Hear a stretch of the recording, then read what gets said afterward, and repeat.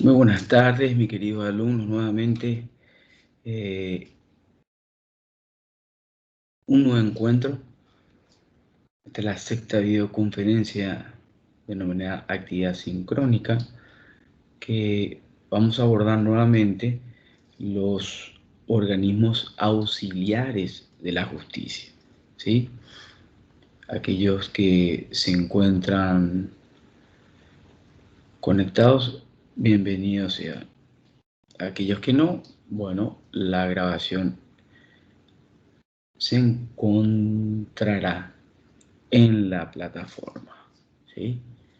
Pero, como siempre digo, la interacción y la oportunidad que tienen hoy a través de los medios tecnológicos, creo que es casi o igual que la presencial, ya que nos da la oportunidad de poder debatir y a través del debate construir y también, por supuesto, aclarar todas aquellas dudas que puedan tener en cuanto a la cátedra que se está desarrollando. Bien, empecemos. José, ¿cómo estás? Veo que estás conectado, perfecto. Siempre con la cámara prendida, me gusta ese compromiso, como siempre, uno es lo que nunca falta. Pues bien, en honor a la puntualidad tuya y otros que creo que están conectados pero no muestran la cara, pues sería una cuestión personal. Y como siempre digo, los beneficiados son ustedes y el compromiso que asumieron, vamos a decir, lo tienen que hacer, vamos a decir, de una manera excelente, ¿sí? Organizándose con las otras materias que también hayan asumido. Por eso hay que ser metódico para tener, vamos a decir, ese camino que te lleva al final feliz, como se suele decir. Pues bien, entremos en uno de los organismos auxiliares de la justicia, que es justamente la justicia electoral. Si bien la justicia electoral está de alguna manera legislada en la Constitución Nacional, en su artículo 273, que como todos ustedes saben, en líneas generales, eh, ya ustedes luego lo leerán, pero la idea acá es justamente establecer líneas generales y que entiendan, que interpreten y no se memoricen el artículo, ¿verdad? Porque si no, no tiene sentido esto, el tema que lo entiendan, ¿verdad? Y así enriquecer el conocimiento y reforzar el que ya tienen, ¿sí? En cuanto a su competencia, está en el artículo 273 de la justicia electoral, como lo saben, ¿verdad? Ellos son los que convocan justamente, juzgan, organizan, son los que dirigen, son los que van a supervisar en su momento y por supuesto vigilan todos los actos y todas aquellas cuestiones justamente derivadas de las elecciones, ya sea generales, departamentales, municipales y así como todo lo relacionado a los derechos y de los títulos, ¿verdad? De quienes resulten, vamos a decir, elegidos, corresponden exclusivamente a la justicia electoral, ¿sí? Hay un tribunal superior de la justicia electoral, además de fiscales, juzgados, ¿verdad? De primera instancia, hay un Tribunal Superior de Justicia Electoral. También se encuentra en el artículo 75 de la Constitución Nacional. Este Tribunal Superior de la Justicia Electoral justamente está compuesto por 3 ministros, ¿sí? 3 ministros, en virtud de la cual son elegidos y removidos de la misma forma que los ministros de la Corte Suprema de Justicia. A ver, José, ¿cómo entonces, si dice que son removidos, vamos a decir, en la forma establecida por los ministros de la Corte Suprema de Justicia, cuál sería el método? Y el instituto jurídico está establecido en el artículo 225 de la Constitución, que habla del juicio político, al tener rango. Brillante, brillante, brillante, excelente, muy bien. El juicio político, muy bien y además citando el articulado. Excelente, José. Muy bien.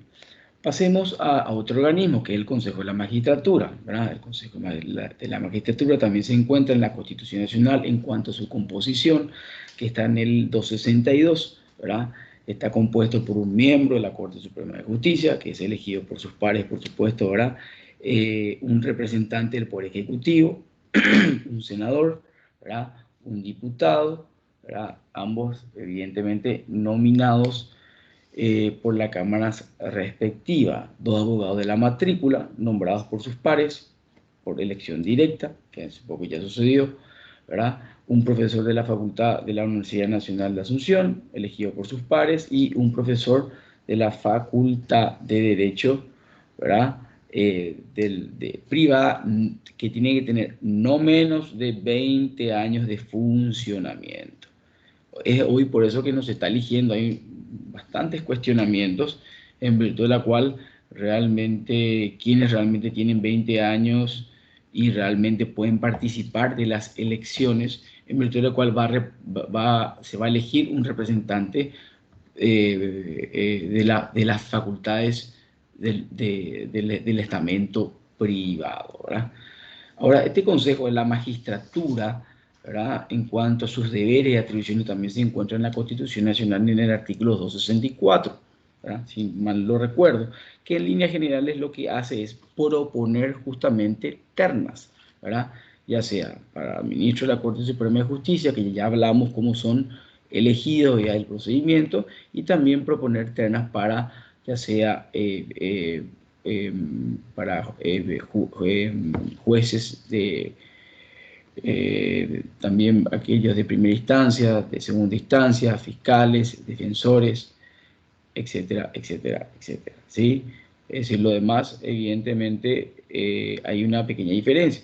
Si bien la terna, conformada por el Consejo de la Magistratura, simplemente para recordar, para los ministros de la Corte Suprema de Justicia, ¿verdad?, evidentemente, eso luego va al Senado. El Senado, por votación, elige a uno de ellos y luego debe prestar el acuerdo el Poder Ejecutivo para que sea designado ministro de la Corte Suprema de Justicia. Mientras que los demás, ¿verdad?, los demás magistrados, ¿verdad?, ya sea jueces de primera instancia o para concursar a miembros del tribunal, vamos a decir, en cualquier jurisdicción, ya sea civil, penal, etcétera, etcétera, etcétera, esa terna propuesta por el Consejo de la Magistratura es designada por la Corte Suprema de Justicia, ¿sí?, así como los defensores, los fiscales, etcétera, etcétera, etcétera, ¿sí? Si bien también tiene una ley que está regida, ¿verdad?, que es la 265/95, ¿sí? También tenemos otro órgano auxiliar de la justicia, que es el Jurado de Enjuiciamiento Magistrado, ¿sí? Aquí se encuentra, sí, ya enseguida el que levantó la mano, ya le vamos a dar la palabra, solamente quiero seguir la línea, ¿verdad? Se encuentra en el artículo 3, pero de la ley, la 3007/59. Es una ley que de alguna manera, no nueva, pero que reglamenta nuevamente todas aquellas funciones, deberes, etcétera, etcétera, etcétera, que le compete al jurado de enjuiciamiento de magistrados, ¿sí?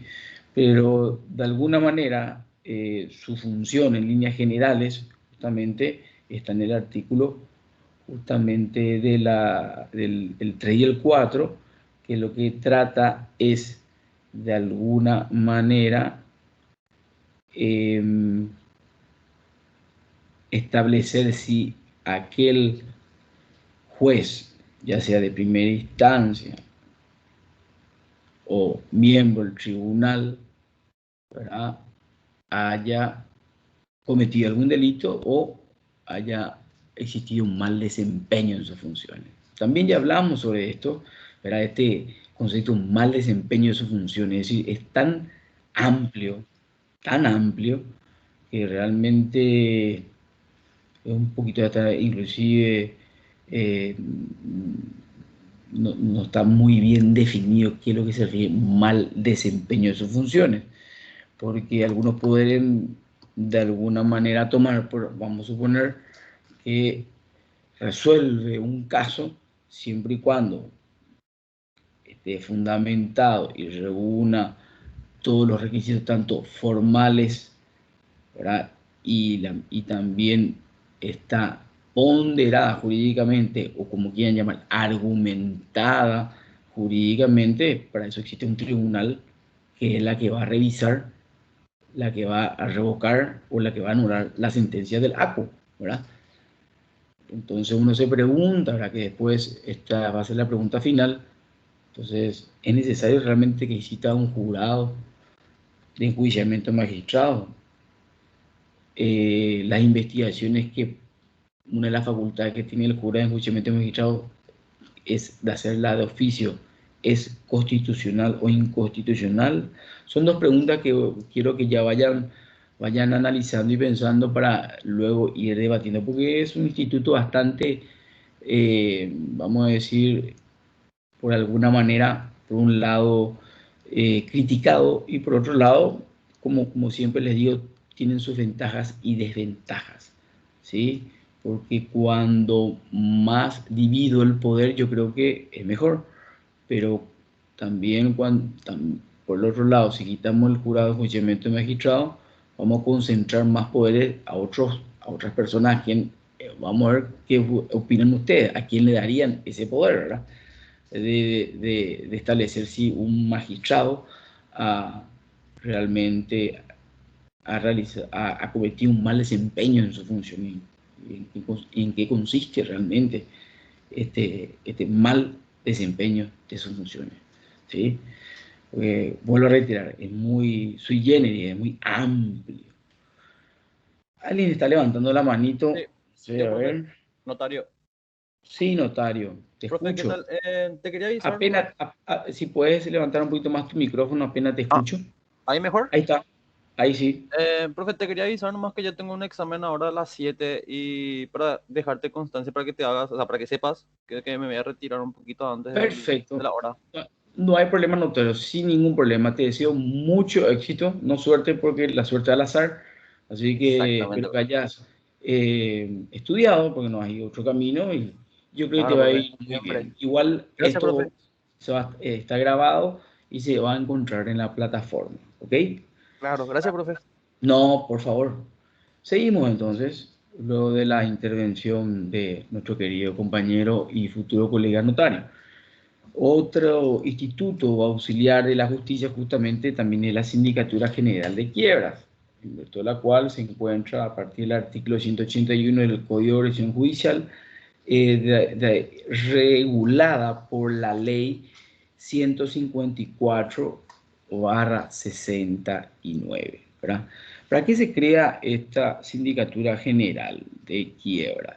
Si alguna, de alguna manera, volvemos a reiterar, es un auxiliar de la Corte Suprema de Justicia, pero su función principal realmente es la administrar y justamente realizar lo que servía de los bienes de las personas que sean declaradas en quiebra. ¿Entiende lo que es cuando una persona cuando se declara en quiebra? Así en términos banales, porque no hace, es decir, no hace ser tan técnico para entender cuando realmente uno no le queda otra que declararse en quiebra. ¿Por qué uno se declara en quiebra? Que es la última, es algo catastrófico para una empresa. Pero ¿por qué se declararía uno en quiebra? Profe, en términos banales, como dijiste, ¿no sería cuando una empresa ya no tiene cómo solventarse a sí mismo? No, ¿cómo sobre la decisión? ¿Cómo pagar las deudas, verdad? Es Claro. decir, perfecto. Es decir, cómo pagar las deudas, cómo justamente desempeñarse, porque ya no tiene, vamos a decir, ese activo para poder cumplir con sus obligaciones. Entonces, evidentemente, se declara en quiebra. Y se designa vamos a decir, un síndico, ¿verdad? En virtud de la cual este es el que se encarga vamos a decir, de que se realicen todos los actos, vamos a decir, establecidos y regulados por la ley 154/69 denominada Ley de Quiebras. ¿Ok? Esta Sindicatura General de Quiebra es creada por la Ley 4870, ¿sí? /13, donde justamente esto es muy importante, ¿sí? En su artículo 1, si bien es un auxiliar de la Corte Suprema de Justicia, pero cumple, atiendan bien, cumple funciones, o tiene, mejor dicho, facultades, ¿verdad?, judiciales, pero no jurisdiccionales. ¿Se entiende? Judiciales, pero no jurisdiccionales. Judiciales, ¿por qué? A ver, vamos a suponer que José es dueño de Don Vito. No, Don Vito no pongo. Es dueño de una... porque le estamos haciendo publicidad. José es dueño de... A ver, crea tu empresa, José. ¿Cómo le querés llamar a tu empresa? ¿O qué te gusta comer? Decime. ¿Qué es lo que más, ¿cuál es tu comida preferida? Lomito, Marcelo. Perfecto, excelente, lomito. Coincido totalmente contigo. Me encanta el lomito. No voy a decir el nombre también, porque si no le vamos a estar haciendo publicidad gratis, ¿verdad? Perfecto, entonces Lomitos Marcelo, o si no, Lomito Judis. Algo parece algo medio que tenga un poco de fuerza, ¿verdad?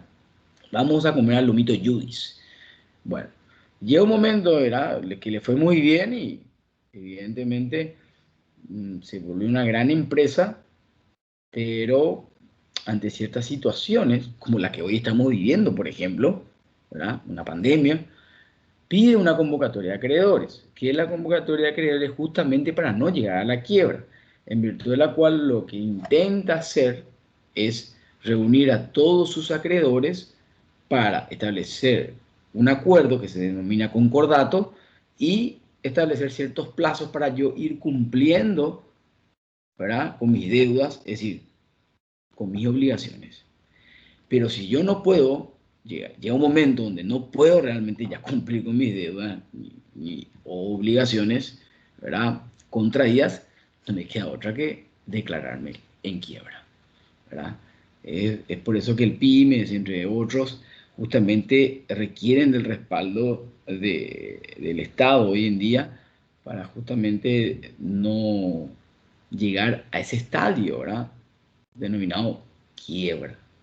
Es decir, porque no solamente la empresa se liquida, porque la quiebra lo que hace es, de alguna manera, cuando la Sindicatura General de Quiebra, hay un síndico general que designa un síndico y que se dedica justamente a liquidar todo lo que haya en la empresa. Para así, de alguna manera, aquellos de acuerdo a los que tengan los créditos, ya sea privilegiados, y todos los demás créditos quirografarios vayan cobrando hasta por ahí. Esteban es un acreedor quirografario, pues ya no cobra porque ya no hay más nada que rematar o liquidar o lo que fuere, ¿verdad? Y te puedes quedar colgado ahora, lastimosamente, ¿verdad? Pero en términos generales, justamente para eso se crea esta Sindicatura General de Quiebras, ¿verdad?, auxiliar de la Corte Suprema de Justicia, en virtud de la cual justamente su función principal es administrar y realizar los bienes de las personas que sean, por ejemplo, declaradas en quiebra, ¿verdad? ¿Para qué? Para liquidar y pagar sus deudas y desempeñar las funciones que la ley le encomienda. Justamente esa ley que estuvimos hablando, que es la ley 154/69 en una ley de quiebras. ¿Ok? Es muy sencillo, ¿verdad? No sé si tienen alguna pregunta hasta el momento. Entonces estamos hablando de todos los organismos judiciales, en virtud de la cual creo que lo estoy tratando de hacer lo más lógico posible para que se entienda en línea general y con palabras bastante claras, ¿verdad? Ni rebuscadas. ¿Ok? Sigo. Bien. Otro órgano auxiliar de la justicia es justamente el cuerpo médico forense. Eso está regulado en el artículo 182 del Código de Organización Judicial. Ya hemos hablado justamente que todo, espero que tengan abierto tanto la Constitución Nacional, vamos a decir, el libro de Eugenio Jiménez, bienvenido sea, ¿verdad? También que tengan el Código Procesal Civil abierto, ¿verdad? Las diferentes leyes, ¿verdad? En virtud de la cual ya habíamos mencionado en su momento, ¿verdad? Este cuerpo médico forense, ¿verdad? En virtud de la cual, ¿cuál creen que es su función? Vamos a suponer en una curatela. Vamos a suponer que una persona X no puede desempeñarse, vamos, por sí misma porque tiene una incapacidad de hecho absoluta. Entonces, ¿qué es lo que va a hacer justamente este médico forense en virtud de la cual designa el magistrado? Va a evaluarle va a hacer una evaluación médica de la persona para determinar el porcentaje exacto de la incapacidad y así también si se solicita desde cuándo aproximadamente. O sea, Perfecto. hay una forma de saber más o menos cuánto tiempo ya acarrea la persona con esa incapacidad. Si es de Claro. nacimiento o si adquirió con el tiempo. Excelente, Esteban, la respuesta fue correctísima, como siempre, muy bien, siempre también mostrando la cara, estaba conectado, ¿verdad? Así que felicitaciones, ¿verdad? Por asumir con excelencia, ¿verdad? Tu rol de universitario. Y bueno, justamente lo que ellos hacen es dictaminan, cuidado, dictaminan. El dictamen, vamos a decir, en el área civil no es vinculante, ¿eh? Dictaminan ya sea por mandato judicial. ¿Por qué por mandato? Porque el juez es el que le designa a él, ¿verdad? En caso de enfermedad, por ejemplo, un impedimento físico o una incapacidad, vamos a decir, de este procesado, ¿verdad? También practican reconocimientos de cadáveres, ¿verdad? Autopsias en casos justamente exigidos en la investigación penal. Pero ahora yo le pongo un planteamiento. Vamos a suponer, voy a poner, ya que estoy hoy con José, y José está viendo que su papá tiene mucho dinero, pero en vía está, viva la pepa. Se compró un Ferrari, se compró una casa en Samberg que de casi tiene 2 hectáreas y además adentro tiene un zoológico y tiene su piscina de, vamos a decir, de, no sé, de 1000 metros cuadrados, algo así. Y José se empieza a preocupar, ¿verdad? Porque al fin y al cabo, che, y el viejo está, está tirando toda su plata, ¿verdad? Entonces, normalmente hay muchas personas que de alguna manera inician justamente esta clase de procedimientos, ¿verdad? Para que se llama interdicción, ¿sí? Eso está legislado en el Código Civil, ¿verdad? A partir del artículo 71, 72, si mal no recuerdo, en virtud de la cual justamente uno tiene que probar, ¿verdad? Que esa persona no está en sus cabales, ¿verdad? Pero hay veces que hay otras intenciones, realmente, que este no siga delipando, porque al fin y al cabo no me deja nada, ¿verdad? Pero seamos conscientes de algo, es decir, que todo lo que construyeron nuestros padres son de ellos, siempre y cuando nos hayan cumplido con nosotros, nos hayan dado un techo, educación, vestimenta, ¿verdad? Hasta la mayoría de edad, luego, hermano, ya es tu camino. Como siempre digo, cada uno dijo su propia obra, arquitecto de su propio destino. Yo te di todos los elementos, ya te di, ya hasta acá llego. Pero hay personas que de alguna manera tratan, y vos le llamás a una persona, me ocurrió en un momento dado, y está en perfectas condiciones.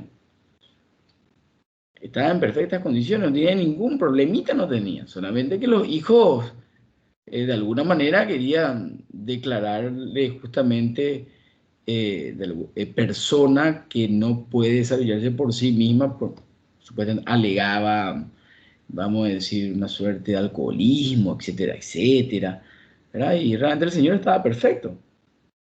Lo que querían es justamente que nos iba despilfarrando su fortuna para que el día de mañana no parece lo que el papá no le quería dejar nada a sus hijos. Y bueno, hay ciertas situaciones y, vamos a decir, irrealidades que ustedes van a ir dándose cuenta, no solamente esto ocurre en las películas, ¿verdad? En los Estados Unidos hay muchísimos casos sobre ello, ¿verdad? En virtud de la cual, porque es diferente el sistema, ¿sí? Inclusive, vamos a decir, en los Estados Unidos, yo en vida, yo puedo dar todo a una fundación y no dejarle nada a mis hijos, ya sea por venganza o porque justamente, no le voy a dejar nada a ustedes. O le dejo todo a la que estoy saliendo, a la chica de 20 años. Le dejo todito, le paso en vida. Eso, por ejemplo, en Paraguay, de acuerdo a nuestro sistema, no puede hacer. Si podés, sí, en vida puedes hacer lo que vos quieras, ¿verdad? Pero lo que no puedes hacer es un testamento donde le dejas todo a José Marcelo, porque, no sé, Mació yo le quiero, no es ni hijo, pero hay una legítima, en virtud de la cual, vamos a decir, a cada hijo le corresponde un porcentaje, ¿verdad? Que está también establecido en el Código Civil, ¿verdad? Si bien yo puedo darle hasta el 20%, se dan cuenta cómo de alguna manera traba ahí, pero que pasa nomás, vuelvo hacia atrás, cuando ya sea el viejo o la vieja, por ahí se consigue un chico de 20 años también y empieza a darle una cantidad de cosas y uno dice, che, y después no vamos a quedar sin nada nosotros. Entonces inician esta clase de proceso, ¿verdad? Pero que al fin y al cabo, como bien le dijo Esteban, hay una evaluación, ¿verdad? Tanto, vamos a decir, el punto de vista forense, que va a ser un médico, psicólogo, si hay realmente se cumple con el artículo 75, ¿verdad? Del Código Civil, en virtud de la cual si hay una ficha médica, algo que probar que realmente esa persona está, hay que inhabilitarlo porque realmente no está en sus cabales para desarrollar jurídicamente su vida. Es decir, que está incapacitado porque no puede, vamos a decir, conocer cuáles son las consecuencias o los efectos de un acto jurídico.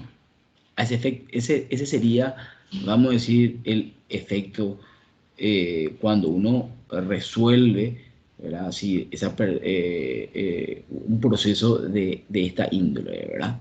¿Se entiende? Es diferente en una curatela, ¿verdad?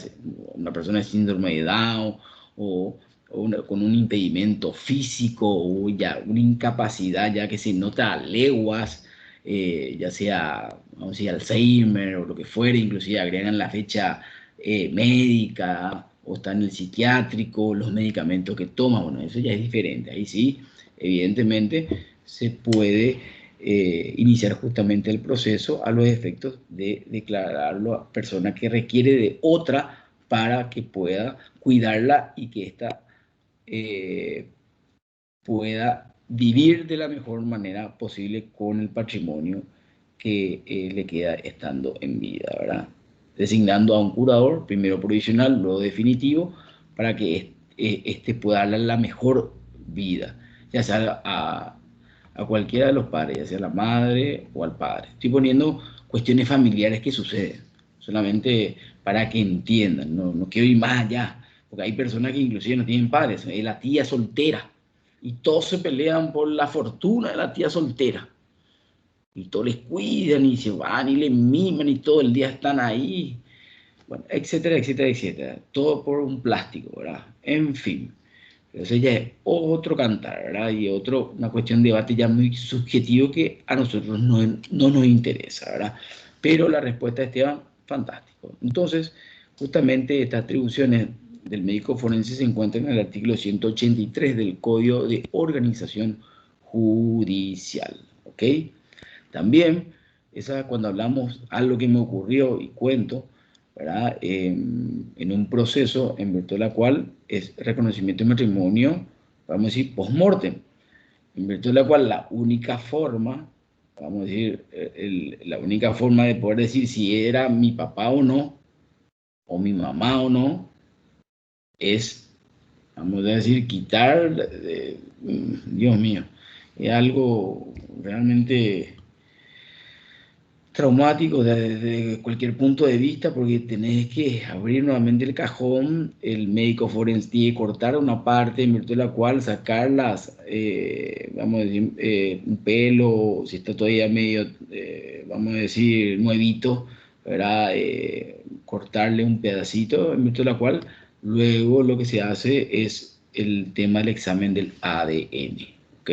Bastante, vamos a decir, traumático de cualquier punto de vista, ya sea para los familiares como también para aquellos que estén presentes en dicho acto, ¿verdad? Bueno, uno ya está acostumbrado, el olor nauseabundo ni se imagina, ¿verdad? Pero bueno, ese ya es otro tema también, ¿verdad?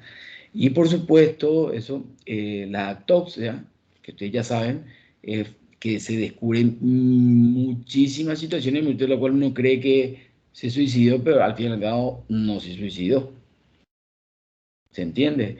Es decir, que con la autopsia, realmente con una buena autopsia, se puede establecer y esclarecer ciertos hechos en virtud de la cual es objeto de investigación. ¿Ok?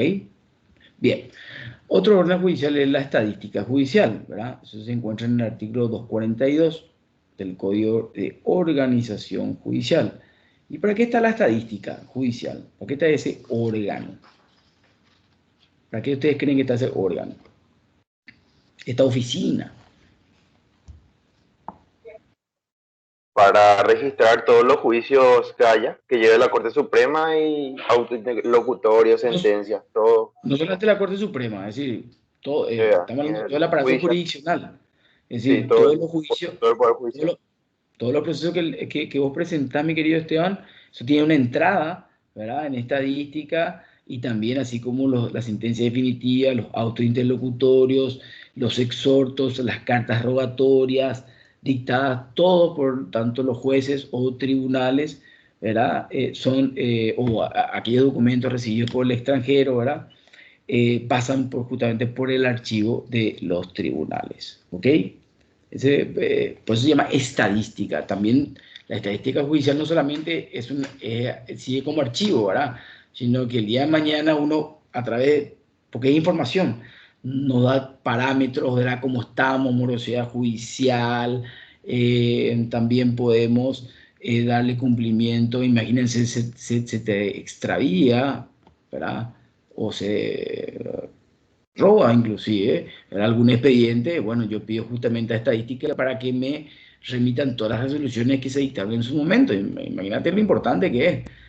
Si no existía vamos a decir, esta oficina, ¿cómo el día de mañana yo voy a poder comprobar que realmente salió la sentencia definitiva que hizo lugar, vamos a decir, a la pretensión materializada en la demanda de Esteban Nicolás Aracho contra José Marcelo Judis?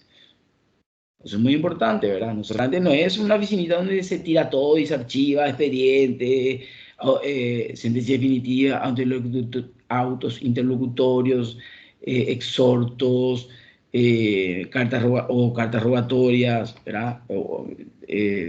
Expedidos por jueces o tribunal. No, no es solamente eso. O los inicios inclusive de los procesos.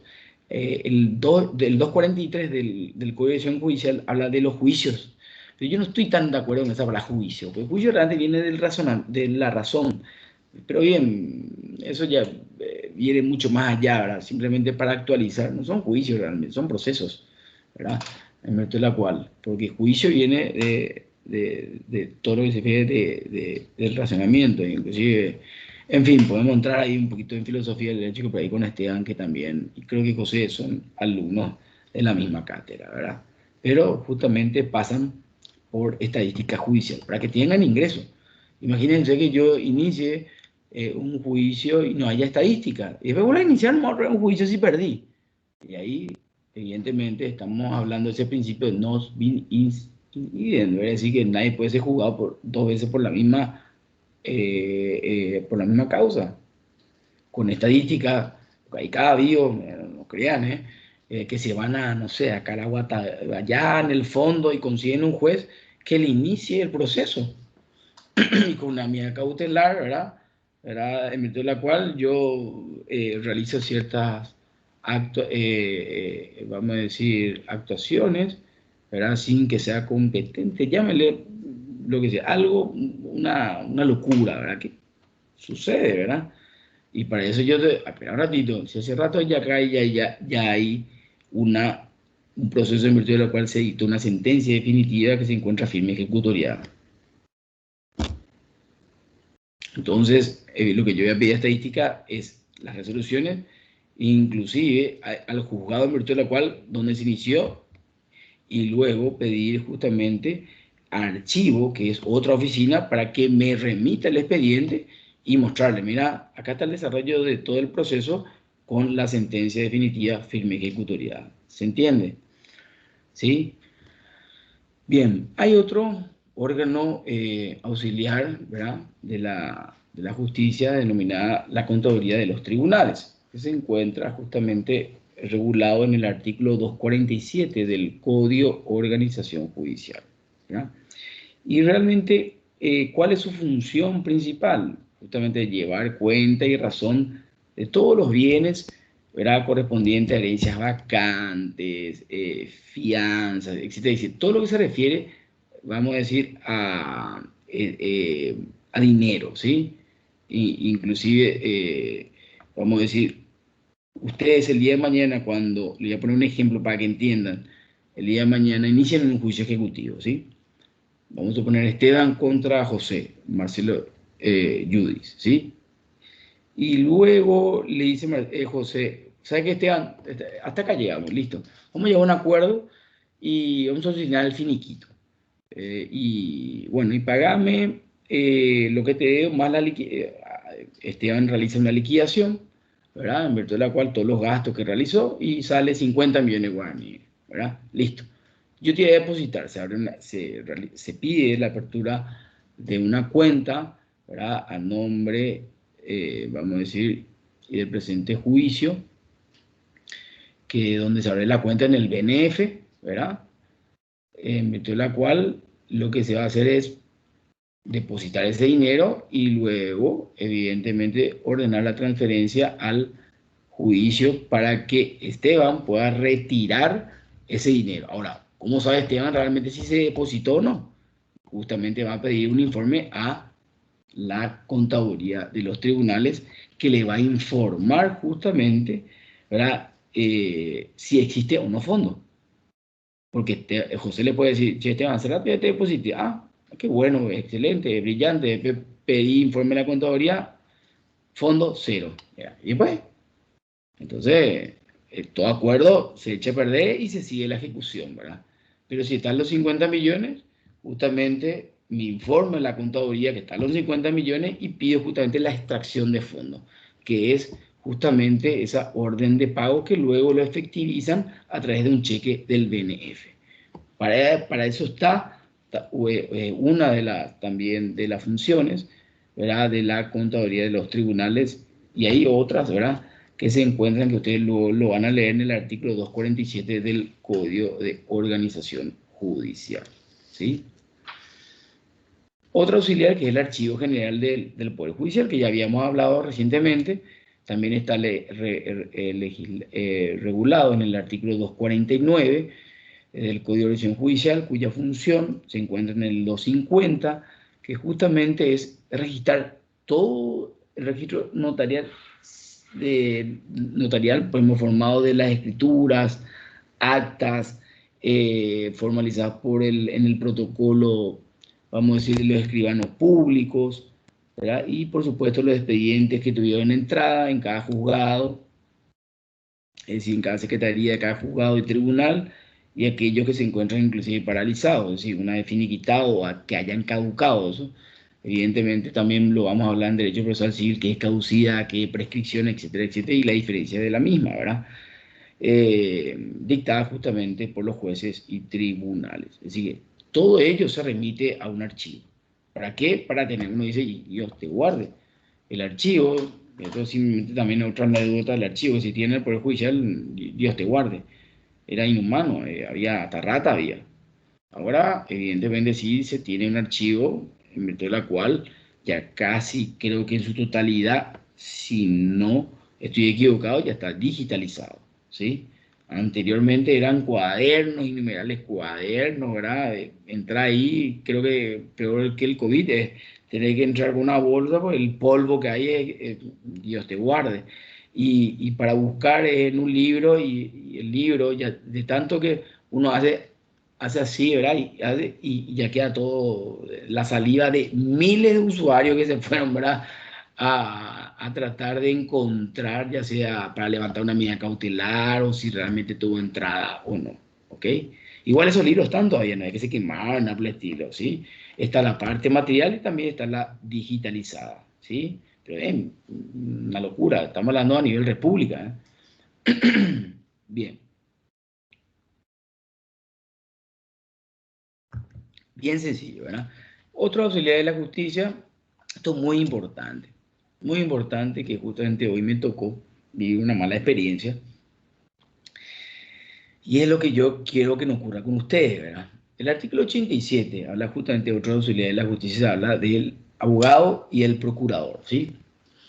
Acuérdense, si en causa propia, es decir, y que quiere gestionar personalmente en juicio, ¿verdad? Pero no es abogado, tiene que hacerlo bajo patrocinio.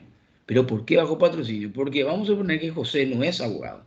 ¿Y qué va a entender cómo llevar una sucesión, por ejemplo?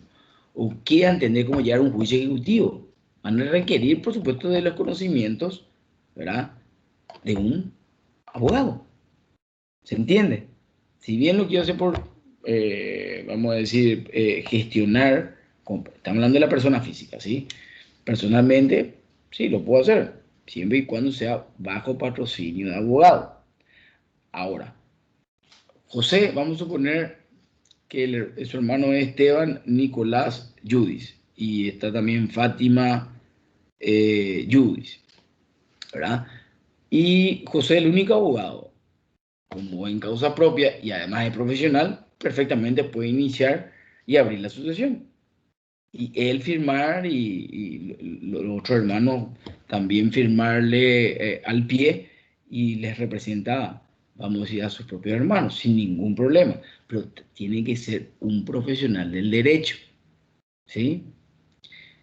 Ahora, si se habla de una persona jurídica, ¿ustedes creen que puede hacerlo bajo patrocinio?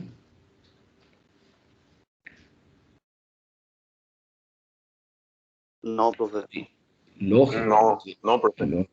Le estoy preguntando algo muy obvio, ¿verdad? Por ponerle, la UA no se va a ir caminando, ¿verdad? Toda la UA a presentar la demanda, ¿verdad?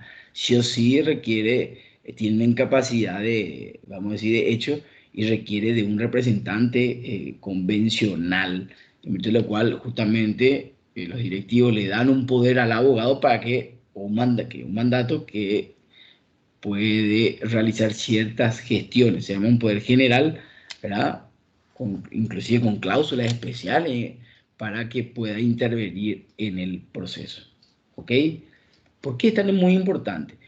No se olviden que cada escrito que ustedes patrocinen, todos tienen que patrocinar, a no ser que le den poder y bueno, ahí ya sin problema no le tenés que llamar cada rato. Che, Fátima, vení pues al consultorio jurídico a firmar este escrito. Fátima, vení pues ahí, todos los escritos tienen que venir Fátima a firmar. ¿Se entiende? Cuando es bajo patrocinio.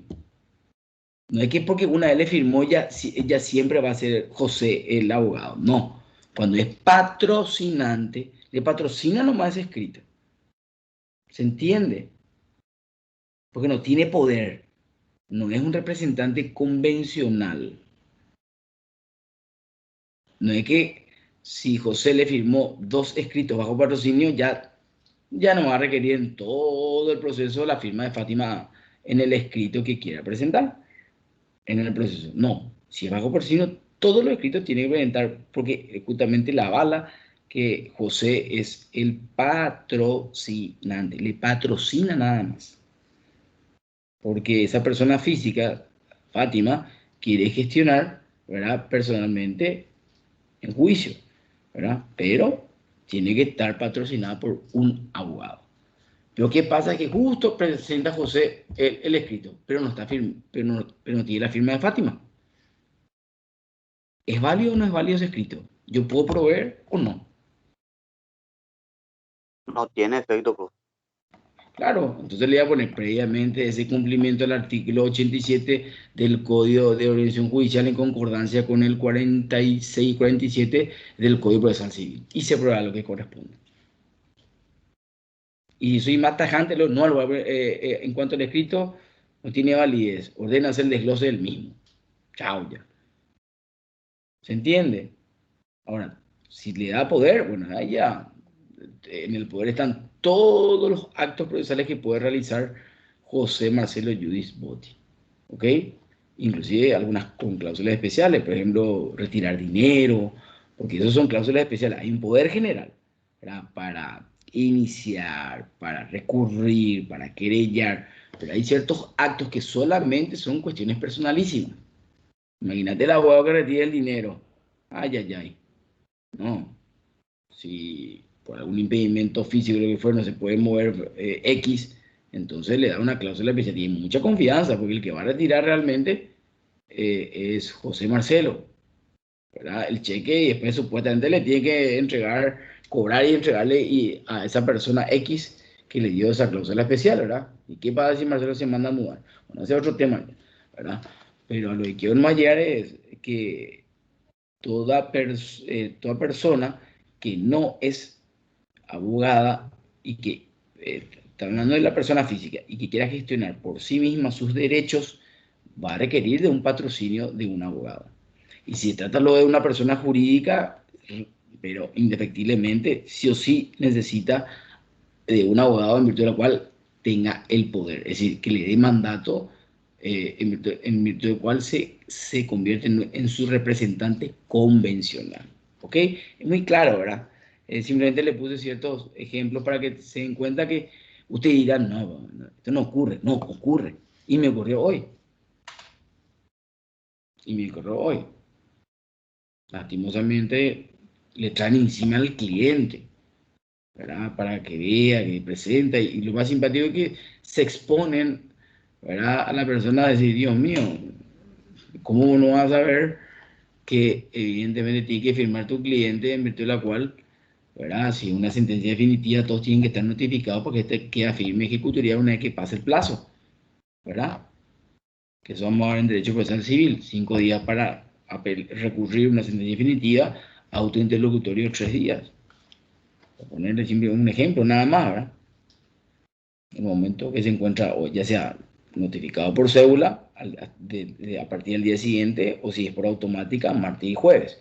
Bueno, pues eso ya me estoy adelantando, pues simplemente algunos ya manejan, y para que vayan sumergiéndose en este vamos a decir, mundo del derecho procesal civil, por supuesto. Otro caso muy importante que muchos de los clientes no saben, ¿verdad? Muchos no saben, y que se cansan y cambian nomás de abogado. El artículo 96 del Código de Organización Judicial establece justamente que los abogados y los procuradores responden, ya sea inclusive desde el punto de vista civil y penal, ¿verdad? Por los perjuicios que le causaron, ya sea por un descuido, negligencia o inclusive, cuidado, infidelidad del desempeño en su mandato. Porque, ¿qué pasa? Vamos a suponer que José, en contubernio ahí con Esteban, che, Esteban, el otro, vamos a acordar algo. Y yo, cliente, me doy cuenta. Nadie sabe. Es algo gravísimo. Y está regulado justamente, pues la gente no lee, no se informa. Y estoy hablando de los propios profesionales, por eso es lo que siempre hago hincapié en esto. Quiero que ustedes sean diferentes, y no queda otra que leer. No hace falta ser un Einstein, un Ross, un Hart, ¿verdad? Un Kelsen. No, es leer nomás, es dedicarle el tiempo, es que se formen las ojeras, no queda otra.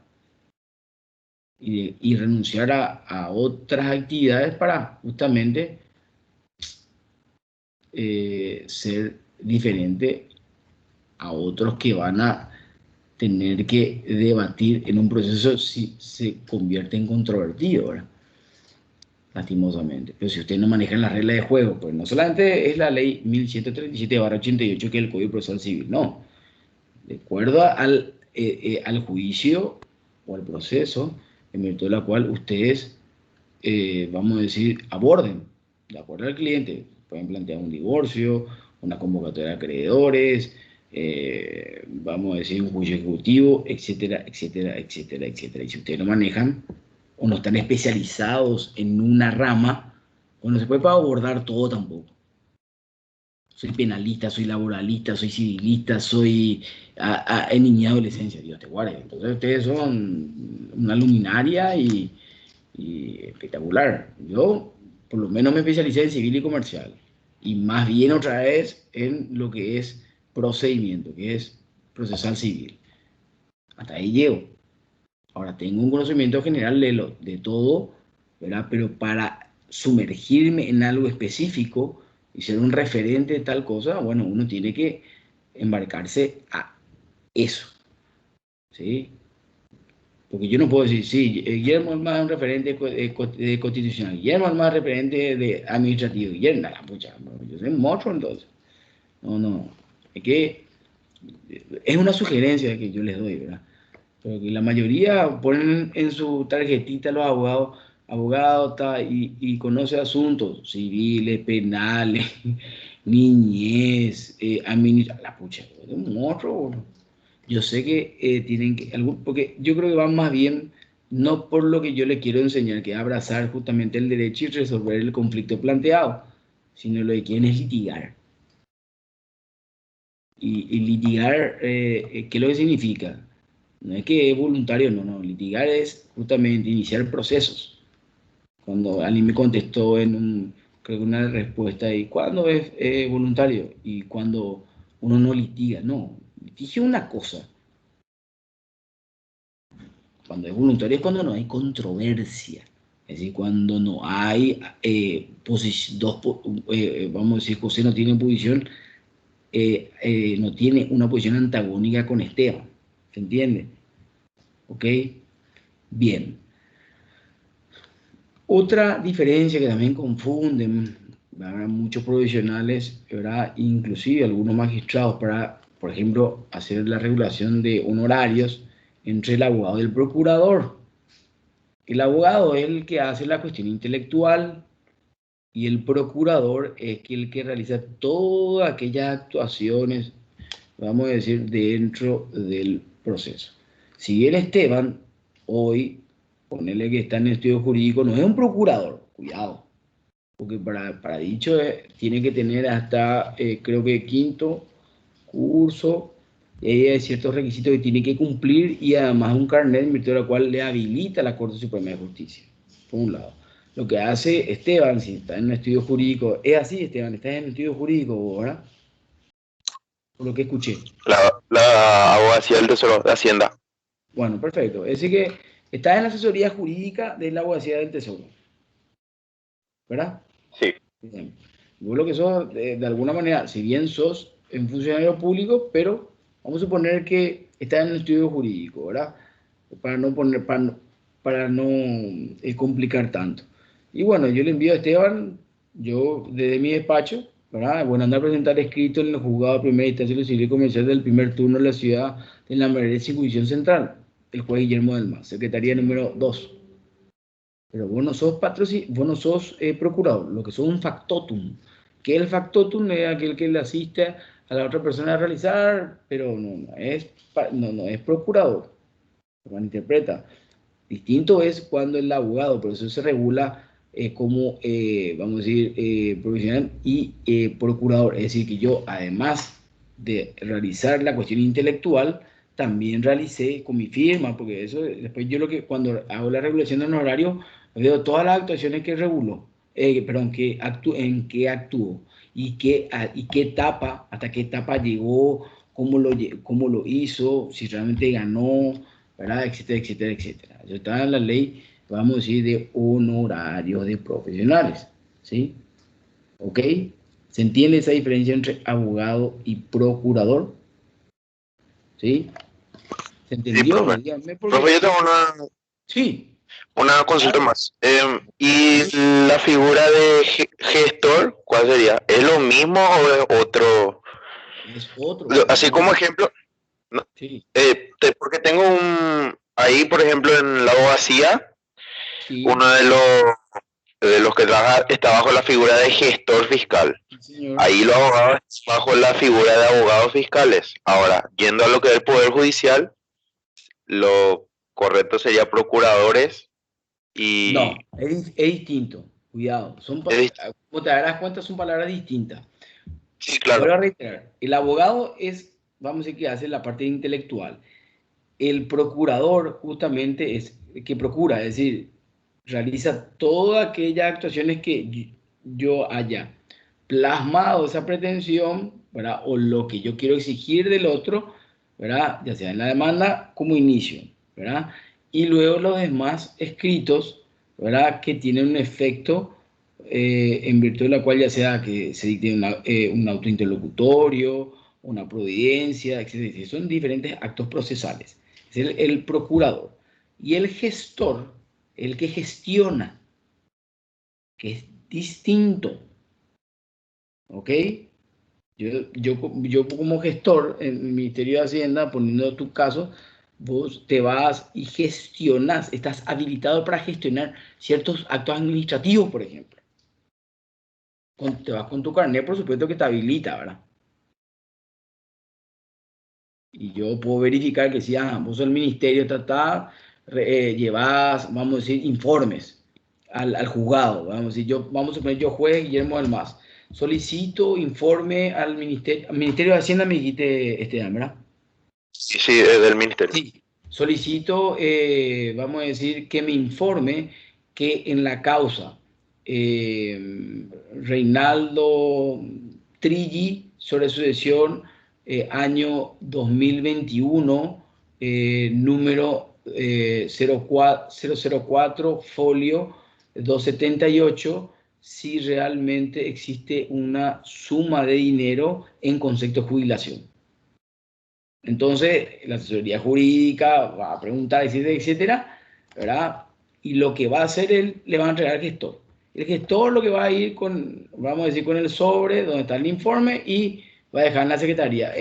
Buenos días, este es el juzgado de primera instancia de civil y comercial de la ciudad de Lambaré, de Circunscripción Central, a cargo del juez Guillermo del Mas Aguiar, secretaría número 2. Sí, acá yo traigo un informe que fue solicitado por el mismo. Gracias, listo, y eso se agrega al expediente, vamos a decir, procesal. Es el gestor. Que también se Ya era... Quería ver si eran figuras diferentes nada más. Sí, sí, claro. Y además tienen que estar habilitados. La mayoría de los procuradores, vamos a suponer los que están en los estudios jurídicos, no están habilitados. No están. La mayoría, más del 50%. Eso le aseguro por los 21 años, más de 21 años que estoy en el Poder Judicial. Y actuario judicial que fui casi más de 12 años. La mayoría. Justo, profe, eso de lo del procurador hoy, eso aún No, existe, o sea... siempre estuvo regulado, mi querido, en el Código de Organización Judicial. Lo que pasa es que tenés que hacer un trámite, en virtud de lo cual te va a la corte, tenés tu carnecito, etcétera, etcétera, etcétera, para que el día de mañana vos puedas cobrar. Pero lo que pasa es que el abogado, ¿qué es lo que hace? ¿Quiere trabajar? Te dice, bueno, listo, vení conmigo. Pero vos más o menos te convertís en un gestor nomás al fin y al cabo. Pero realmente yo hago la parte intelectual, pero el que se moviliza es Esteban, se va en el micro, taxi, etcétera, etcétera, etcétera. Pero vos no sos abogado. Por ahí soy estudiante de Derecho, inclusive. Primer curso, segundo curso, etcétera, etcétera. Te vaya, por eso te dije factotum, ¿verdad? El que justamente de alguna manera la asiste y está ahí con esa persona. Mira después en forma la definición de factotum en la Real Academia Española, ¿verdad? El diccionario. ¿Sí? Que hoy también está medio debatido, ¿verdad? Si todo lo que ellos dicen es tal cual. Todos se pelean entre todos para ver quién tiene la razón. Y al fin y al cabo, vuelvo a reiterar, nadie tiene la razón. Yo creo que nadie sabe dónde está realmente la verdad. Y olvídense un ideal de justicia, porque al fin y al cabo, si bien queremos instalar eso, pero acá la idea es establecer un orden, ese orden te va a dar paz y evidentemente ahí tenés seguridad jurídica. Así es sencillo. es aplicar la ley. No hay mucha vuelta. A no ser que realmente en un proceso empezamos a litigar de una forma, vamos a decir, desleal. Algunos lo llamarían de esa forma y otros lo llamarían estrategias en virtud de la cual yo, como estoy mucho más estudiado, pero realmente, como dice la Constitución, todos somos inocentes hasta que se demuestre lo contrario. Pues le violé a esa chica, pero si yo soy un buen abogado y instalé la duda y la otra parte incompetente, negligente, no agregó y no pudo probar, quedó libre. Eso es justicia. Eso es búsqueda de verdad. O el juez va a bajar de la silla y va a empezar a investigar y se va a convertir en un Sherlock Holmes. No. Acá los protagonistas son las partes. Y las partes están representadas por sus abogados. Y de acuerdo al abogado, si es competente, sin ningún problema no va a tener ningún problema. Y conoce las leyes. Pero si es un incompetente y a través de sus pero innumerables negligencias, pierde el proceso. Una persona que tenía todos los elementos en cuanto al derecho, para que se presente el derecho objetivo y sea reconocido su derecho subjetivo. Por eso es lo que hago hincapié en esto. Y de repente me exacerbo, ¿verdad? Y soy un poco vehemente, porque hoy ustedes tienen la oportunidad de poder estudiar, mientras que hay miles que no tienen esta oportunidad. En una universidad con un plantel de profesores brillantes. Mientras que hay universidades de garage, y eso es de público conocimiento, donde tienen el mismo título. Por ahí no están acreditados por el CONE, etcétera, pero tienen el título de abogado. Ojalá que esto de alguna manera se corte. Yo creo que ya también mencioné esto, porque la sociedad no necesita más abogados. Ya demasiado abogados estamos. Creo que deberíamos buscar ya otros oficios. Hoy la frase es cualquier abogado, lastimosamente. Bueno, pero ese es otro tema. Otro auxiliar de la justicia, ¿verdad? Hablamos de los notarios. Los notarios o los escribanos públicos, ustedes perfectamente saben, son aquellos que son depositarios de la fe pública, ¿ok? Cuando habla que son depositarios de la fe pública, justamente en ese ejercicio de esa profesión, son ellos que de alguna manera, cuando redactan, ¿verdad? Ya sea un poder o a ver, recibe manifestación en forma personal o una certificación de firma. Es decir, yo no dudo como magistrado, pues son deposiciones de la fe pública, a no ser que la otra parte, ¿verdad?, deduzca un incidente de regulación de falsedad cuyo contenido o declaración es falsa. Que hay miles de situaciones también que hay muchos escribanos que se prestan a ello. Muchísimo. Y así también tiene sus sanciones. Ahora, los deberes y atribuciones del notario público se encuentran en el artículo 111, que son innumerables, 111 del Código de Organización Judicial.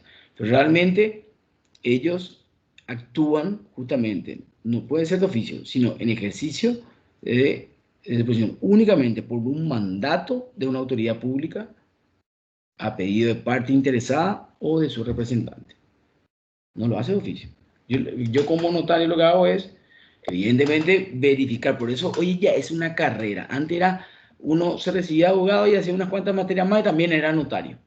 Hoy ya es una carrera ser notario. Por eso tiene que tener conocimientos, vamos a decir, de derecho. Porque si no, ¿cómo yo voy a recibir, por ejemplo, una declaración de alguien en virtud de la cual no reúne los requisitos y a fe público?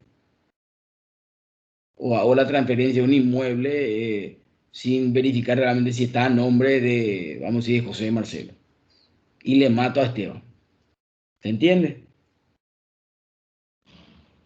Esta persona con este título denominado notario o escribano público, ¿verdad?, que algunos dicen que una cosa es el notario y el otro el escribano, ¿verdad?, que también, bueno, eso en un momento podemos hablar también eso desarrollé en la clase de verano muy, muy interesante, que también creo que está en la plataforma y pueden entrar sin ningún problema, ¿verdad? Pero lo que quiero nomás llegar es, uno dice, el concurso de oposición, se aplazan todo, ¿y qué es lo que quieren? Imagínense que ustedes están dando la fe, está diciendo que cierto documento es de fe pública, mientras no sea justamente redarguido de falsedad o en cuanto a la forma y el contenido, ¿verdad? Pero es algo demasiado delicado. Imagínense, hoy estamos casi 60 y algo mil de abogados. Imagínense que porque si hablamos del punto de vista constitucional, realmente deberían estar habilitados también, así, ellos. Es decir, vos te recibís, y yo tengo que ejercer, quiero mi matrícula y ta, y vamos. Tiene como todas las, vuelvo a reiterar, todo tiene sus ventajas y desventajas. Creo que en algunos países, vos te recibís, son notarios, pero el caos jurídico que existe es increíble, y las nulidades ni qué decir. Por eso no es cualquier cosa. Uno dice, el examen es impasable. Bueno, eso es una cuestión ya debatible, ¿verdad? Y por ahí, justamente las vacancias de 1.300 que se postularon, por ahí solamente accedieron 163 personas. Y uno se queda estupefacto, atónito, anonadado. Te le estás dando a una persona que va a ser depositaria de la fe pública. No es cualquier cosa. Pues bien, eso podemos debatir también, ustedes me pueden cuestionar, etcétera, etcétera, etcétera, ¿verdad? Perfecto. Seguimos. Otro auxiliar de la, vamos a decir, no quiero cansarle, por eso hago en términos, vamos a decir, generales, para que ustedes no lean el artículo y que ustedes ya, eso le dejo el, vamos a decir, encargado de si quieren hacerlo o no, ¿verdad? Por eso le mencioné el artículo, pero yo lo que les quiero es que interpreten y entiendan el articulado. Pues si vamos a leer nomás, bueno, esto no tiene sentido. ¿Ok? Bueno, otra es la policía, ¿verdad? Ustedes bien saben que en general la policía se encarga de justamente custodiar el orden, vamos a decir, público y dar seguridad a la ciudadanía, ¿verdad? En el Código Procesal Civil, en el Código Procesal Penal, perdón, ¿verdad? En su artículo 50 y 58, también se encuentra una policía nacional en función de investigación. ¿Por qué lo que hace? Normalmente la policía, si te aprende, ¿verdad? Directamente, lo que hace es aprenderte y ya comunicar al Ministerio Público. Y el Ministerio Público es el que investiga. Pero también hay una policía en medio de la cual vamos a decir, tiene ciertas funciones especializadas, ¿ok? Que ayuda justamente a la investigación, en este caso de carácter penal, ¿verdad? Se encuentra también en el Código Procesal Penal, artículo 59, donde justamente colabora obligatoriamente con aquellos funcionarios y agentes, vamos a decir, inclusive con la Policía Nacional, ¿verdad? Que son asignados justamente para dicha investigación, ¿verdad? Y cumplir las directrices e instrucciones justamente que el que lleva la investigación es el Ministerio Público.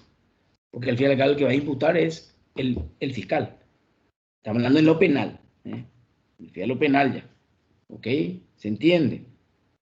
Ellos me dan los elementos, pero yo necesito, yo tengo mi cuerpo, vamos a decir, de funcionario, asistente, auxiliar, y además de aquella persona que le aprendió, ya sea la policía, y otros órganos, de acuerdo a qué es lo que, lo que pasó, ¿verdad? La SENAT, por ejemplo, si es una cuestión de droga, etcétera, etcétera, etcétera. Pero el que realmente investiga con todos los elementos que le van a proporcionar esos auxiliares de la justicia va a ser el Ministerio Público, que es el fiscal en el área penal, si se trata de estas situaciones de hecho, si hay un hecho punible, ¿verdad? Y eso, si yo tengo elementos necesarios, entonces voy a imputar. Ahora, creo que también acá está de moda decir imputar por imputar, no. Y bueno, después vemos qué pasa. Y las consecuencias también son abismales. Imagínense que ustedes tienen 6 meses para investigar como fiscales. Y hay veces por una cuestión o presión social, directamente ya imputo. Y no tengo ningún elemento. Y me pierdo. Pongo un caso que es público. El tema el caso de Coabolaños, en virtud de la cual el fiscal, vamos a decir, la imputación hizo por, vamos a decir, en forma dolosa y no culposa. ¿Y qué ocurrió cuando llegó al tribunal de sentencia? ¿Se acuerdan? ¿Qué ocurrió? En virtud de la cual se hizo en el, vamos a decir, creo que fue en el Polideportivo del San José. ¿Qué ocurrió? ¿Se acuerdan de o no? ¿Sí se acuerdan? Hoy pueden googlear nomás, eso es público, no estoy diciendo nada ni estoy en contra de nadie. Pero porque hubo una presión social muy fuerte, le hicieron doloso. Que supuestamente esas personas tuvieron intención de candadearle a todo, era para que no salgan sin pagar. No sé. ¿Cómo probas eso? No, muy difícil. ¿Qué es lo que ocurrió justamente? Anuló. Y bueno, se empezaron a tirar sillazos por todos lados. Entren en Google. Sillazos por todos lados y por supuesto se hizo un nuevo proceso para apaciguar los ánimos, ¿verdad? Y luego sí se declaró bien que era, vamos a decir, la figura en el Código Penal que es culposo. Si yo no tuve la intención, se probó que esas personas no tenían intenciones. Si bien se murieron no sé cuántas personas, más de 400, si mal no recuerdo, ¿verdad? Pero no hubo intención, porque para que haya dolo, tiene que haber intención.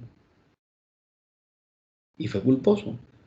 Y creo que cumplieron los 5 y algo años y salieron, tanto el padre como el hijo, ¿verdad?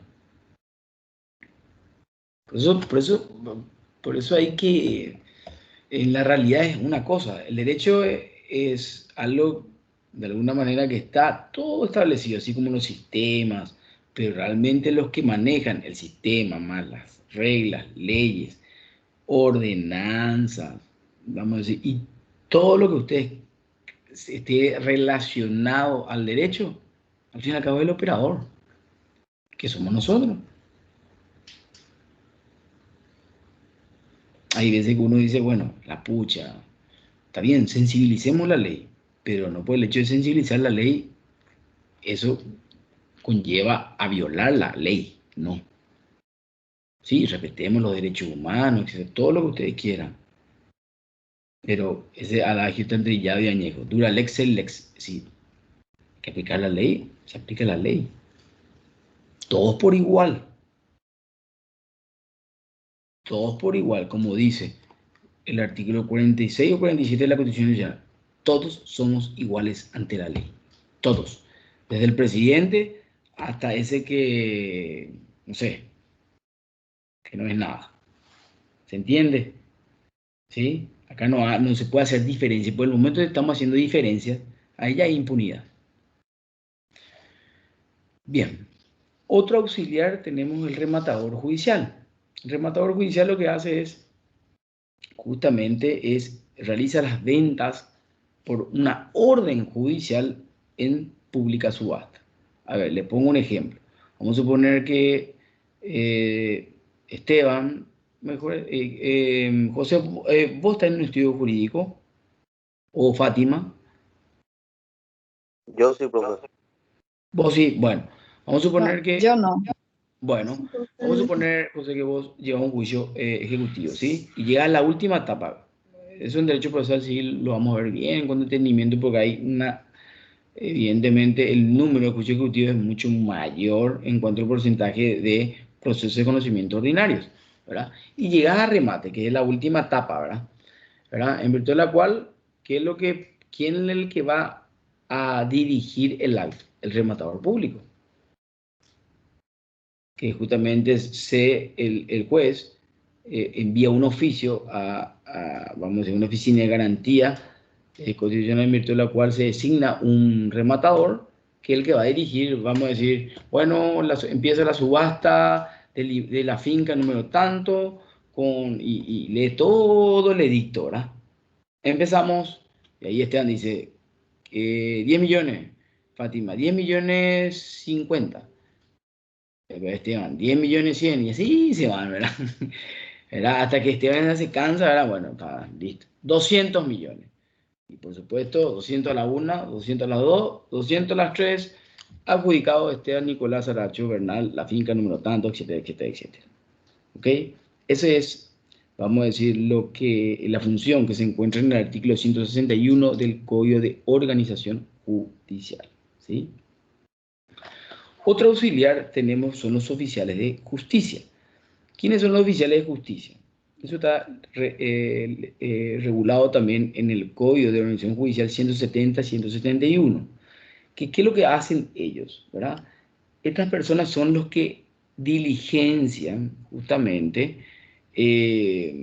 evidentemente en la brevedad posible, una orden expedida por el magistrado. ¿Ok? Vamos a suponer un embargo preventivo, ¿sí? Y Esteban es el oficial de justicia y se va a ir, siempre los viernes se van, lo peor, siempre hay viernes, ¿verdad? ¡Ting! Toca el timbre. Hola, sí, ¿qué tal? Buenas tardes. ¿Está José Marcelo Judís Botti? Sí, soy yo. Yo soy el oficial de justicia con matrícula número tanto, Esteban Nicolás Aracho, y tengo una orden judicial en virtud de la cual vengo a embargar, ¿verdad?, a todos aquellos bienes en concepto del capital de 35 millones en los autos caratulados, ¿verdad?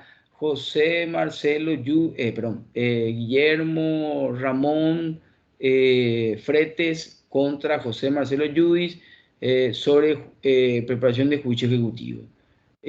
Para que usted pueda darme en el acto, ¿verdad? O de caso contrario pasaré a embargar aquellos bienes en valor al concepto de lo que se está deudando. Y por supuesto José me va a decir, no, no tengo ese dinero, listo, perfecto, hasta luego, le deja la copia, etcétera, etcétera. Y evidentemente empieza ya el oficial de justicia a diligenciar dicha orden judicial, ¿verdad? Va a los bancos, ¿verdad? Va a la dirección de registros públicos. Cuidado, no pueden excederse. Hay muchísimos justamente oficiales de justicia que se exceden. Perfectamente saben que hasta dónde pueden, tampoco no pueden justamente embargar todas las cuentas y todos los inmuebles y tu monto de 34 millones de guaraníes, ¿verdad?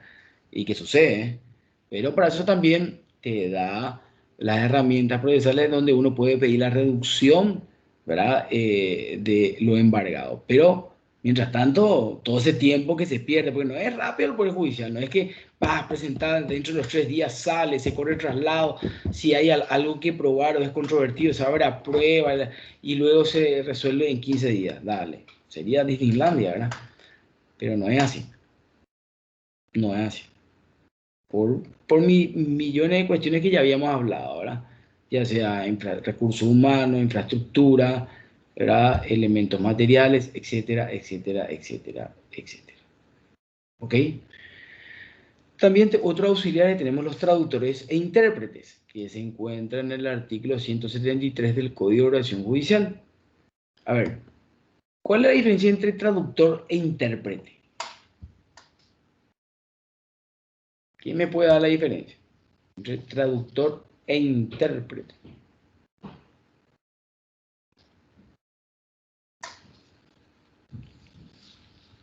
El traductor, pues, referente a las lenguas, a los idiomas.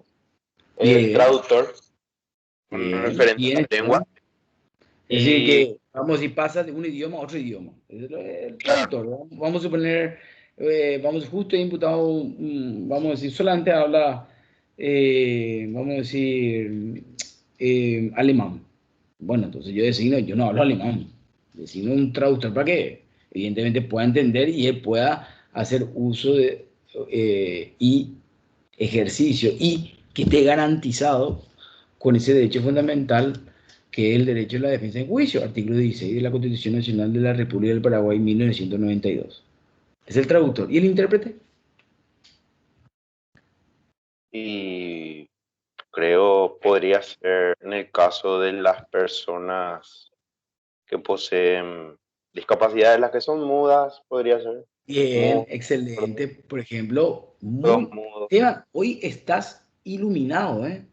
Estás iluminado. Excelente, brillante. Claro, por ejemplo, el tema de las Bueno, señas, el idioma de las señas. Sí, señor. Entonces no me queda otra que sordo, ¿verdad? ¿Cómo no me va a escuchar? Entonces voy a tener que traer vamos a decir, un intérprete que yo le voy a ir diciendo y el otro me va, entonces ella me va a decir, mira, ¿sabe qué dije esto? Para que pueda comprender, o si no, evidentemente, mm, mucho menos lo va a dar un debido proceso, olvídense del artículo 17 de la Constitución Nacional y peor aún realmente el derecho a la defensa en juicio, ¿verdad? Si no, no va a escucharlo nada. Bueno, pero simplemente para poner una suerte de reino un poco a esta hora, que son las 7:50, que ya me pasé, pero ya hace rato, porque supuestamente la coordinación solamente dice 40 minutos. Y yo creo que en 40 minutos ni línea general no le puedo dar. Y a mí me encanta, tengo tanto que dar para ustedes. Y ustedes no me exprimen, pero ni el 0,0000001, casi nada. Así que espero que lo lean, objeten, no tengo problema. Me encanta a mí, porque para eso me especialicé y estudié, ¿verdad? Y lo que yo, vuelvo a reiterar, lo que quiero es darle o un conocimiento, o mejor dicho, inspirarle a que investiguen para reforzar sus conocimientos, ¿sí? Bien, y por último tenemos los peritos, ¿verdad? Para terminar la cátedra de hoy, ¿verdad? Que justamente son aquellas personas en virtud de la cual, ¿verdad? Tienen una especialidad, ¿verdad? En alguna ciencia, ya sea arte, ¿verdad? Industria o alguna actividad técnica que el magistrado no tiene el deber de conocer. Vamos a suponer en un juicio ejecutivo, volvemos al juicio ejecutivo, ¿verdad? Y yo estoy ejecutando un pagaré. Y el pagaré cuya firma es de Esteban Nicolás Aracho Bernal, cuando le llamo a reconocer la firma para justamente completar y convertir de preparación a juicio ejecutivo, que eso lo vamos a hablar en Derecho Procesal Civil 2, si se inscriben conmigo, por supuesto, ¿verdad? Porque va a ser la misma temática, un poquito más ajustado, ¿verdad? Que esto, pues esto solamente es básico y líneas generales. Tampoco no es que vamos a leer artículo por artículo, no. Lo vamos a hacer en forma justamente didáctica. ¿Ok? Que esto realmente ustedes puedan adquirir el conocimiento y refuercen la que ya tienen. Entonces, yo miro así en la cédula de Esteban y la firma en el documento obligacional y para mí es igual. Por ahí tiene algunos trazos, medio que hay algo obvio, sí.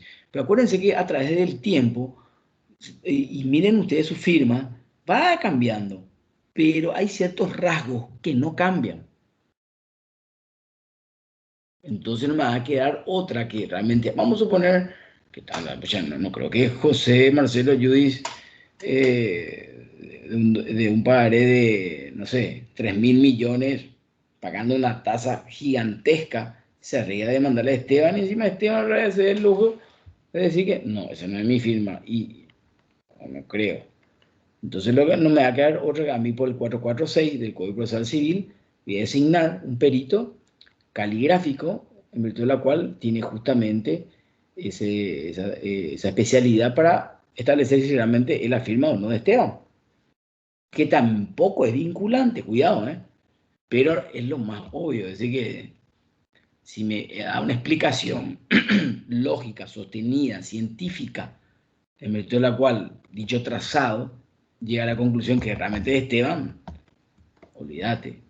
Es decir, que hago efectivo el apercibimiento, inicio el juicio ejecutivo y además está establecido en el Código Procesal Civil una sanción del capital que se reclama en el documento obligacional, una sanción más del 30% del capital que se reclama, aparte de la liquidación que le voy a hacer después. Estamos hablando de, se fue todito, ¿verdad?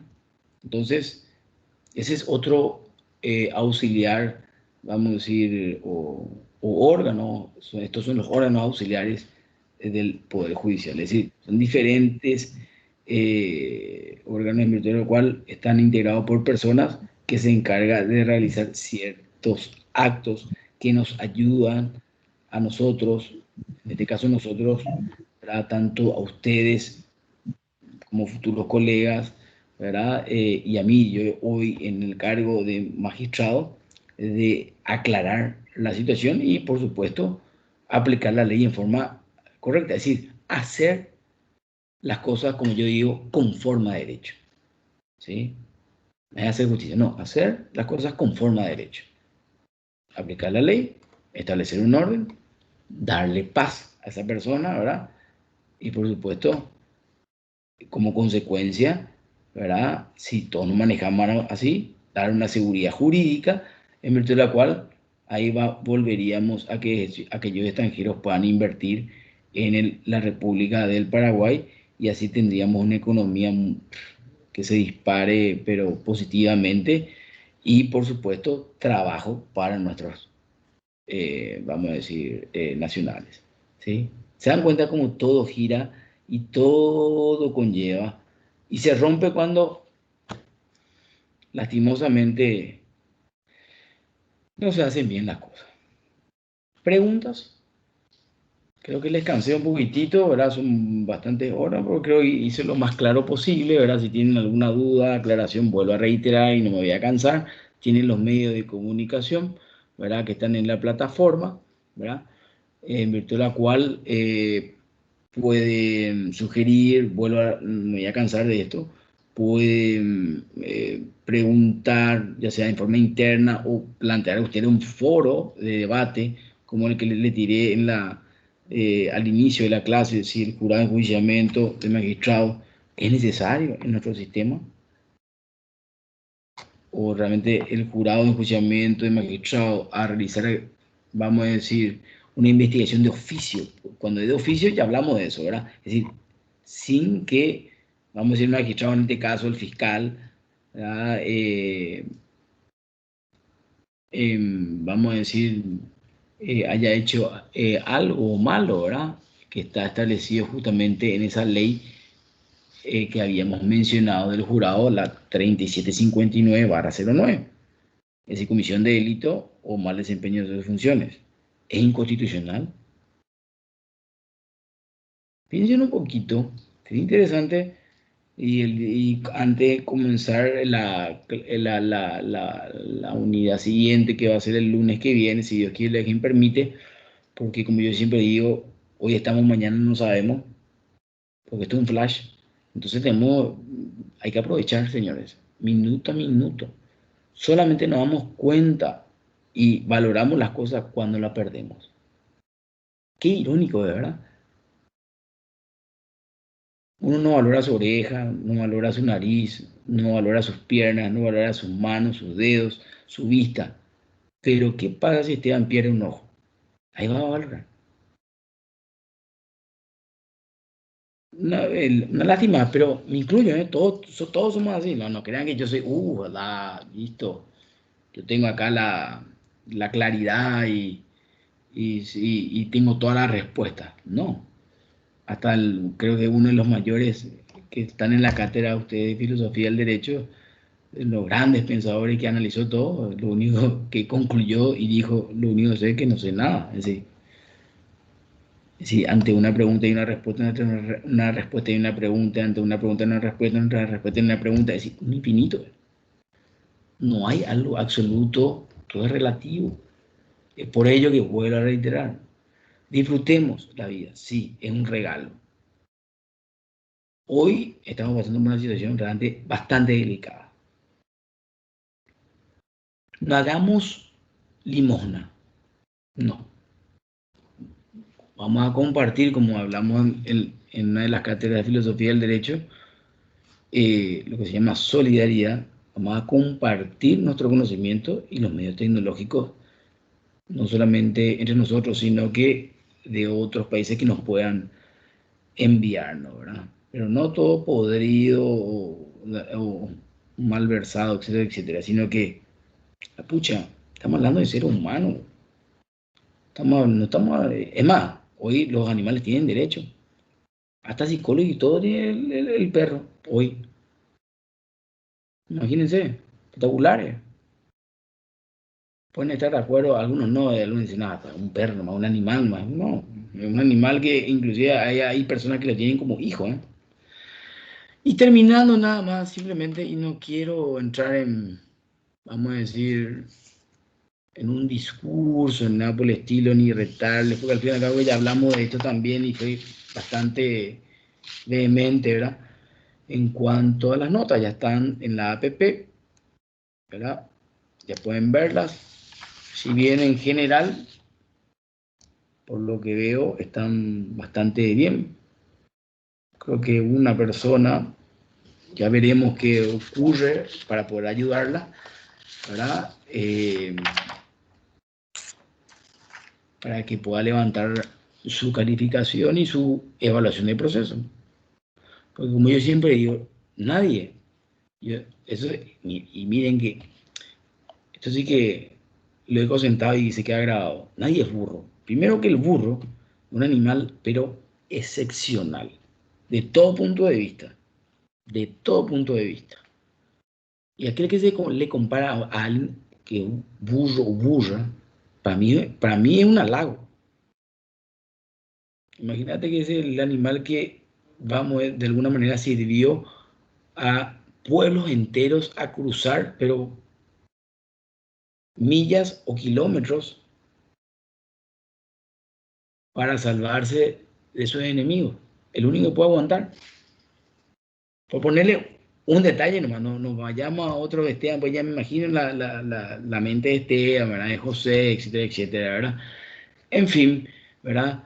Pero yo no le compararía con un burro, jamás, no. Todo tendrá un problema estructural o lo más básico, ¿verdad? No quiere estudiar, así de sencillo. Y le prende vela a todos los santos, ¿verdad? Y le dice, por favor, déme la sabiduría y y te va a rendir.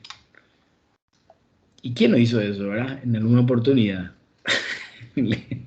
Creyendo que, bueno, no, Dios me va a pasar todos los conocimientos. Y bueno, y uno evidentemente quiere estudiar un día antes, y esto pues, ya no es un colegio o una escuela. Porque creo que algunos siguen con la misma idea, estudian 3 materias en un fin de semana. Es imposible. A no ser que, no sé, vuelvo a retirar, tengan la cabeza de Kelsen, Hart, Ross, Einstein y todo junto, ¿eh? Yo creo que hasta ellos se van a confundir, porque imagínate, tener que rendir una materia, después el lunes rendí una, el martes la otra, Dios te guarde. O sea, es un geniolito. Así que le así, bueno, sí, ya está, otra materia, otra, dale, otra. Yo por lo menos le comento mi experiencia, ¿verdad? Y con esto termino, pues ya descansador. Yo nunca me presenté a ninguna evaluación sin prepararme, jamás, nunca. Mientras que conozco compañeros que estudiaron bolilla 1, la bolilla 2 no, bolilla 3 sí, y sí iban. Y por ahí, yo que estudié tanto, quité 4 y justo a él le tocó la bolilla 4 que se sabía de memoria y se iba con la nota 5. Pero ahora yo les pregunto, ¿es pasar la materia nada más? ¿O realmente tener un conocimiento, reforzar el mismo y tener un título con contenido? Me despido de ustedes, deseándole un excelente resto de jornada. Vi muy buenas notas, creo que hay una persona nada más que está un poquito baja. Me imagino si se quiere comunicar, ya sabrá. Estoy, vamos a decir, con toda la predisposición del mundo, como siempre lo menciono, en todas mis cátedras, ¿verdad? Así que, porque esto es lo que me apasiona. Es una pasión, como yo siempre digo, la academia. No se vive de esto, lastimosamente, en Latinoamérica. Es una suerte pasión y vocación. Así que les deseo que tengan un lindo descanso. Ya son las 8:04, ya nos fuimos toditos luego casi, ¿verdad? Pero a mí me encanta hablar y si ustedes no me callan, yo no me callo, ¿verdad? Y por suerte tenemos algunas personas que siguen todavía conectadas y lo tengo perfectamente identificado. Ojalá también que se reflejen en sus evaluaciones. ¿Ok? Entonces, de nuevo les deseo un excelente resto de jornada y un buen descanso, ¿sí? Y si Dios quiere, alguien permite, ¿verdad? Nos encontramos el lunes que viene. Chao, chao. Chao, profe, gracias. No, gracias. Chao, profe. Gracias a ustedes por estar. Chao, chao.